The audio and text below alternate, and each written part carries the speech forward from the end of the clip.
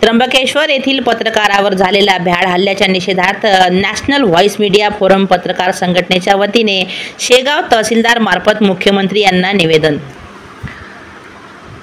शेगाव प्रतिनिधी Maharashtra news 24 live update. पत्रकारांवर भ्याड हल्ला हा फक्त हल्ला नाही तर लोकशाहीवर केलेला घात आहे।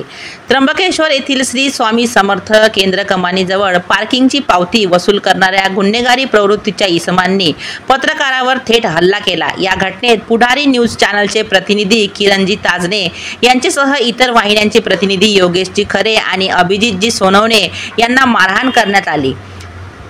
तरीही किरणजी ताजने हे गंभीर जखमी झाले आहेत। नॅशनल व्हॉइस मीडिया फोरम संघटनेच्या वतीने घटनेचा जाहीर निषेध करीत तहसीलदार यांना निवेदन देण्यात आले। पत्रकारांवर हल्ला करणाऱ्या गुंड प्रवृत्तीच्या लोकांना मोक्का अंतर्गत कारवाई करण्यात यावी अशी मागणी निवेदनात करण्यात आली। देशात आज रोजी जवळपास 300 ते 400 पत्रकारांहून अधिक पत्रकारांवर जीवघेणा हल्ला झाला। याची नोंद घेत योग्य ती कारवाई करावी व पत्रकारांना पत्रकार कायदा अंतर्गत संरक्षण देण्यात यावे आणि पत्रकारावर हल्ले करणाऱ्यांवर कठोरात कठोर कारवाई करावी अशा आशयाचे निवेदन शेगाव तहसील अंतर्गत माननीय मुख्यमंत्री देवेंद्रजी फडणवीस यांना पाठवण्यात आले। निवेदन सादर करीत असताना सदर निवेदन संघटनेचे संस्थापक अध्यक्ष उत्तम वानकडे, केंद्रीय महासचिव प्रकाश सरदार यांच्या आदेशाने देण्यात आले। यावेळी केंद्रीय उपाध्यक्ष देवचंद्र समदूर, राज्य संघटक उमेश शिरसाट, राज्य उपाध्यक्ष रवी शेगोकार, जिल्हा उपाध्यक्ष शीतल शेगोकार, जिल्हा कोषाध्यक्ष सागर शिरसाट, शेगाव तालुका अध्यक्ष सुभाष वाकोडे, पत्रकार महादेव अजने यांच्या प्रमुख उपस्थितीत सादर करण्यात आले।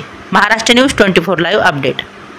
झालेल्या पत्रकारावरील हल्ल्याच्या निषेधार्थ आज दिनांक 25/9/2025 रोजी नॅशनल व्हॉइस मीडिया फोरम अंतर्गत शेगाव तहसीलदार मार्फत माननीय मुख्यमंत्री देवेंद्र फडणवीस साहेब यांना निवेदन देण्यात आले आहे की सदर पत्रकारावर झालेल्या हल्ल्याचा त्यांनी हल्लेखोरावर कठोरात कठोर कारवाई करावी आणि पत्रकारांच्या सुरक्षतेसाठी योग्य तो कायदा काढावा आणि पत्रकारांचे वाढते हल्ले लक्षात घेऊन त्वरित त्यांच्यावर कठोर कारवाई करावी अशी मागणी आम्ही आज संघटनेच्या माध्यमातून करीत आहोत। आणि जर पत्रकारांच्या हल्ल्याच्या मागे असणाऱ्या भ्याड हल्लेखोरांना शिक्षा झाली नाही तर संघटना यापुढे तीव्र आंदोलन केल्याशिवाय राहणार नाही।